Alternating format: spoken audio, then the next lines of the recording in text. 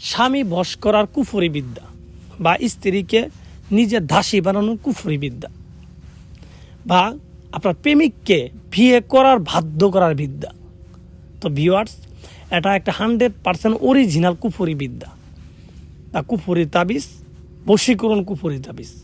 এই তাবিজের মাধ্যমে মাত্র 72 ঘন্টার ভিতরে দুনিয়াতে যে কোনো ব্যক্তিকে আপনি বশ করতে পারবেন। সে যদি মারা না যায়, যদি বেঁচে থাকে, তাহলে সে যেখানেই থাকুক, যেই অবস্থায় থাকুক, তাকে আপনি মনে করেন 72 ঘন্টার ভিতরে আপনার গোলাম বানিয়ে দিতে পারবেন।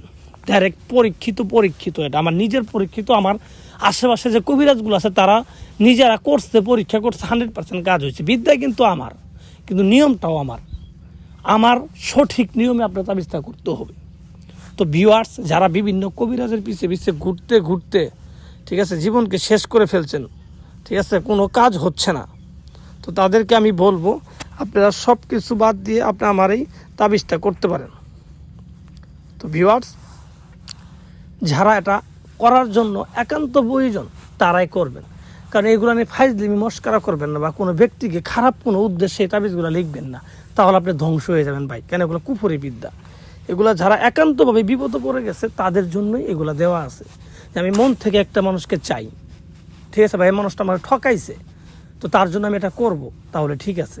যদি কারো ফাইজলিমি করে আপনি করেন বা ঠাট্টামি করে করেন, তাহলে আপনি ধ্বংস হয়ে যাবেন। কেন? এগুলো ফাইজলিমি করা জিনিস না, এগুলো 100% একটা কুফরি বিদ্যা। কারণ কুফরি তাবিজ কখনোই বৃথা যাবার নয়। যদি সঠিকভাবে আপনি করতে পারেন, সঠিকভাবে নিয়মটা আপনার জানতে হবে। তো ভিউয়ার্স, যারা একান্তভাবে করতে চান তাদেরকে আমি সম্পূর্ণ নিয়মটা বলে দিব। আপনি মনোযোগ সহকারে আমার উপরে বিশ্বাস রাখেন। আগে আল্লাহ, আমার উপরে বিশ্বাস রাখেন। আসলে এখন আল্লাহ বলা যাবে না, কারণ এখন কুফরি কাজ আমার সার্থকতার জন্য, আমার স্বার্থের জন্য আমি কুফরি করতেছি। তো যারা এটা করতে চান, হ্যাঁ, কিভাবে করবেন আমি আপনাদের বলে দিব। আপনারা বিস্তারিত শুনবেন এবং আমি যেইভাবে বলবো ঠিক সেইভাবেই করবেন। আর যাদের এগুলো করার দরকার না বা কুফরি কাজ আপনারা দেখেন না, আপনি ঈমান আল্লাহর লোক, তাহলে আপনি এগুলো দেখা দরকার নেই। আর যারা করতে যান, বিপদে পড়ে গেছেন, হ্যাঁ, তারা এগুলো করবেন। তো ভিউয়ার্স, এটা কিভাবে করবেন আমি আপনাদের বলছি। এটা যে কোনো একটা শনিবারের দিন লিখবেন তাবিজটা, এবং তাবিজটা লেখার জন্য আপনি চলে যাবেন একটা শ্মশান ঘাটে, ঠিক আছে। শনিবারের দিন ফজরের পর থেকে কোনো কিছু খাবেন না, আপনি উপবাস থাকবেন। থাকার পর আপনি মাগরিবের পরও কিছু খাবেন না। মাগরিবের পরে যায় এই তাবিজটা শ্মশানে গিয়ে লিখবেন।